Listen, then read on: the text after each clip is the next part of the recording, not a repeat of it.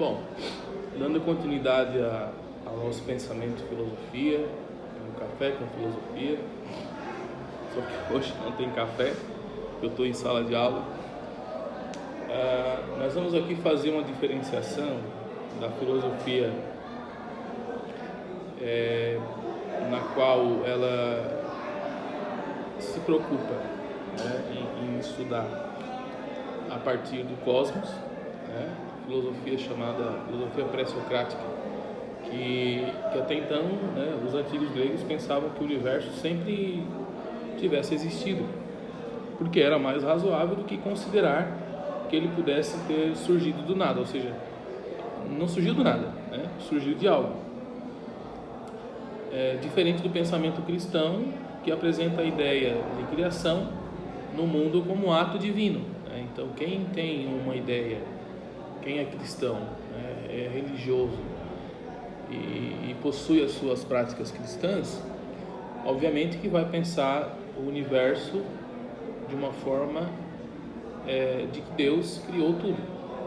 Só que esse pensamento não era um pensamento igual dos gregos, os gregos, eles iniciaram aí o pensamento de que o universo ele surge a partir dos deuses, da mitologia. Cada deus era responsável por algo no universo. Tudo era baseado em narrativas. Então, com o passar do tempo, os gregos começaram a considerar que o universo baseado em narrativa, baseado na mitologia, era muito superficial esse tipo de conhecimento. Então eles começaram a analisar a existência do universo, a estrutura do universo de outra forma, baseados na observação. E foi aí então que surgiu os filósofos pré-socráticos, como o próprio nome já diz, aqueles que antecederam Sócrates. Porque o que acontece? De Sócrates para frente, nós temos uma linhagem filosófica um pouco mais voltada para o ser humano, para a pessoa, para o ser, de forma específica. Só que antes de Sócrates, a preocupação da filosofia era uma só, era descobrir a existência do universo e como surgiu o universo. E aí eles baseavam-se, como eu disse já, na mitologia e também nos deuses, narrativas. Só que nem sempre foi assim.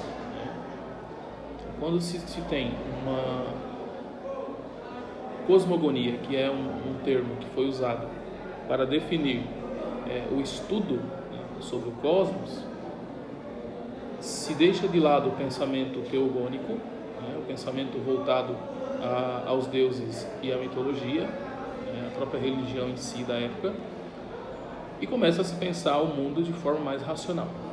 Foi por isso que se teve aí a principal inspiração da filosofia pré-socrática, que foi o grande nome da filosofia ocidental, que foi o Tales de Mileto. Tales entendia que o surgimento do universo, o elemento primordial para o surgimento do universo era a água. Além de Tales, nós tivemos outros também personagens que estão nesse mesmo período, que foi Anaximandro, Anaxímenes, tivemos ainda Heráclito, tivemos também Parmênides, enfim, todos esses nomes, eles surgiram aí antes de Sócrates. Para nós termos uma ideia, o Anaximandro, por exemplo, é discípulo de Tales, e para ele, no entendimento dele, o princípio de tudo era o apeiron. Ele acreditava então que a arqué, que a origem, deveria ser algo indefinido, indivisível e infinito, presente em todos os elementos da natureza. Por isso passou a utilizar o conceito de apeiron. Então, de acordo com ele, todas as coisas ao redor do universo mudavam, porém o apeiron permanecia o mesmo. Então o apeiron seria essa substância responsável pela criação do universo. Foi esse um grande e também importante filósofo. O Tales, né, que foi o professor aí do Anaximandro, ele entendia que o princípio de todas as coisas era a água, a arqué. Em tudo, portanto, haveria água, de modo que ela seria o elemento originário da physis, que era o termo que usavam na natureza, né? Pela presença maior ou menor de água ocorriam pelas transformações de todos os elementos da realidade. Então, para nós termos ideia, a filosofia ela nunca foi razão, a preocupação então sempre foi primordial dos filósofos, foi o universo. Então, a partir de Sócrates se teve um pensamento um pouco mais voltado para o ser humano, e que nós vamos discutir nos próximos vídeos. Um abraço.